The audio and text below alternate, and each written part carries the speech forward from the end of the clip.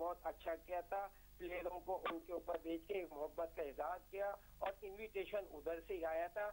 हम मोहब्बत करने वाले और नफरत करने वाले भी हैं, तो ये कोई भी ये ना समझे कि पाकिस्तानी ये वो है, हमारे लोग इज्जतदार लोग हैं, मगर हमारी हमेशा पहल दोस्ती होती है और उसके बाद अगर सामने से जब ऐसी चीजें आती हैं। अच्छा, दूसरी चीज मैं आपको बताऊं, जब मैं कोच था, I was with the Pakistan team to India, जब भी हमें थ्रेट आई थी, उनके जो अडवाणी साहब जो थे वो हमें आके मिले थे, यानी कि अपना दिल्ली में, वो हमारे पास कमरे में आए। जब हमारी वो मोहब्बतें देख के उनके आंखों में नजर आ रहा था कि एक आदमी कितने वो है कि नहीं, हम सोचते क्या है, इनके बारे में हम बात क्या करते हैं, और ये प्लेयर कह रहे हैं। हमें तो बहुत सारी, जब गवर्नमेंट ने चाहा, इतनी बड़ी थ्रेट थी कि पाकिस्तान टीम को उतरने नहीं देंगे, ये नहीं होने, हम इंस्पाइट ऑफ दैट इंडिया की इन्विटेशन पे हम गए थे।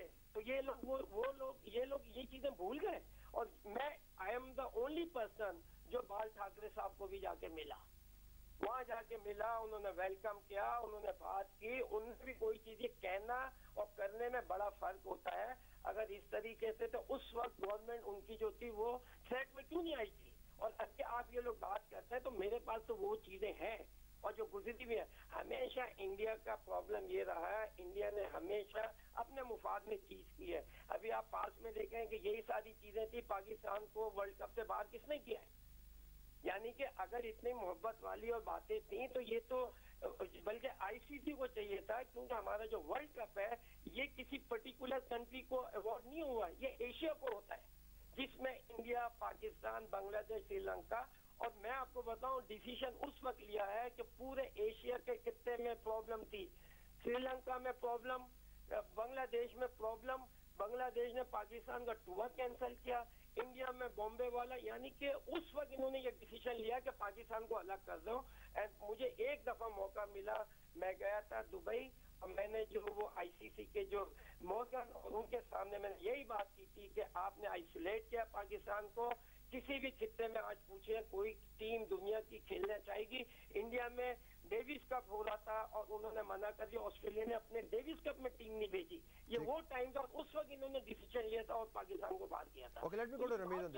Okay, let me go to Rameez. अभी आपने जिक्र किया कि क्रिकेट एक न्यूट्रल वेन्यू रहा, लेकिन हमने माजी में भी देखा कि क्रिकेटर्स को और क्रिकेट के खेल को इस्तेमाल किया गया डिप्लोमेसी के हवाले से। ज़ियाउल हक साहब के दौर में क्रिकेट डिप्लोमेसी का एक बाउट हुआ, अभी जनरल मुशर्रफ के दौर में तो क्रिकेट डिप्लोमेसी को ऐसी अकवाम ने भी सपोर्ट किया, अमेरिका जो क्रिकेट खेलते ही नहीं है। तो हमने तो क्रिकेट के गिर्द अपनी सफारतकारी और सियासत बड़ी घुमाई है, लिहाजा हिंदुस्तान और पाकिस्तान के माबैन क्रिकेट पोलिटिसाइज हो चुकी है। It has become a political institution.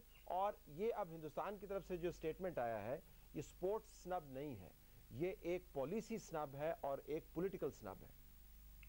इसमें कोई शक नहीं है, इसलिए कि वैसे तलत साहब, अगर आप इंडिया पाकिस्तान के कॉन्टेस्ट से पॉलिटिक्स हटा दें तो फिर इस कॉन्टेस्ट का मजा चला जाता है, क्योंकि इसमें जो इंटेंसिटी है वो थोड़ी बहुत पॉलिटिक्स की वजह से भी आती है।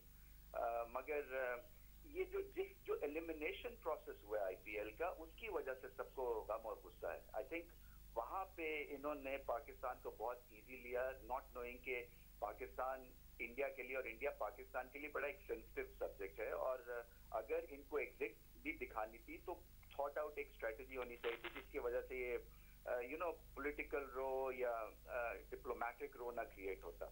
लेकिन रमीज, क्या वाकई समझते हैं कि it was ill thought out? I mean, can you imagine